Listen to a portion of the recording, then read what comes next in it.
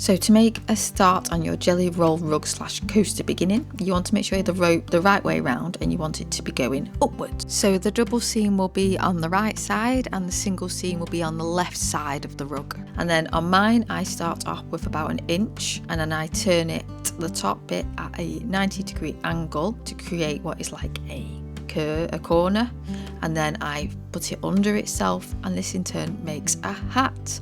So it's like a 90-degree by a 90-degree and you get this hat effect, as you can see. And now you want to sew down that bottom hat line. This will connect both sides of the rope.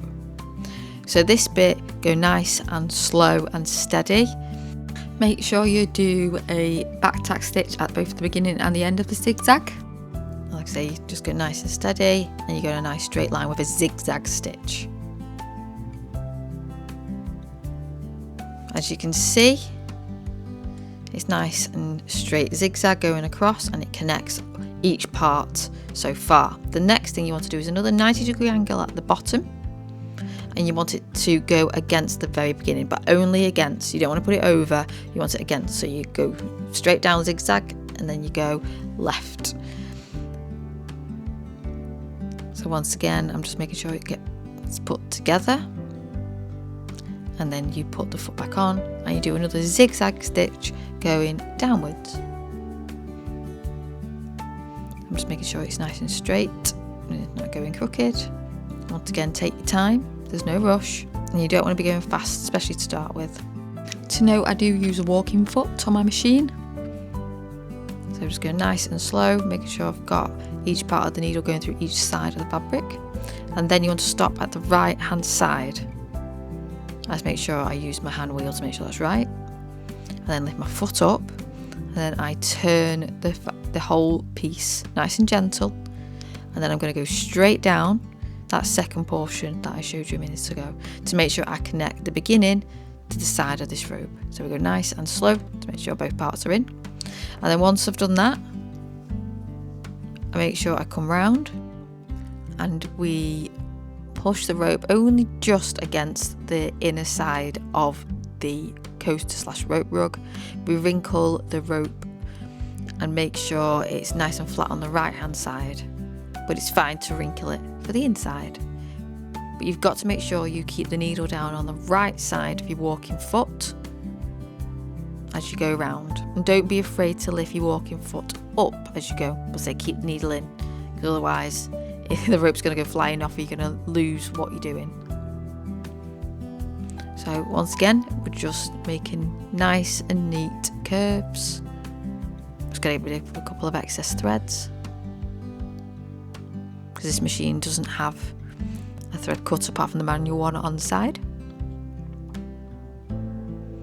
Once again, I've just wrinkled it up in the inside bit, putting my needle down, lifting the walking foot up.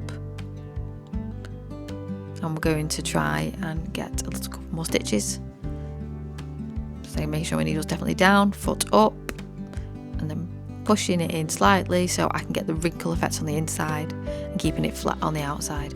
And don't be afraid to do this a few times, there's no rush, because if you rush it and it's wrong, it's going to be wavy and it's going to just not be right. And then you'll have to unpick it all, and that's not fun. Like I say, put the foot back down and off we go again, nice and slow.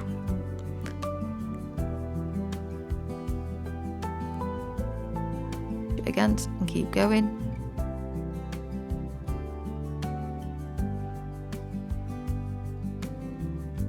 So at this point I do actually nudge my camera, so I do apologise, but you get the gist of the same process of what I've just mentioned. You need to make sure your needle stays on the right hand side when lifting your foot up, and you curve the rope around, and as you curve the rope around it will wrinkle on the inside, but you need to make sure you keep it flat on the right side. You will need to make sure you turn your rug rope to make sure it becomes flat, because if it's not flat now, it will definitely show when it gets larger. So once again, bit by bit by bit, lift the foot up if you need to, once again like I just said, and just go nice and slow. So as I kind of floated away a little bit, this is the finished result that you get. It's already nice and flat,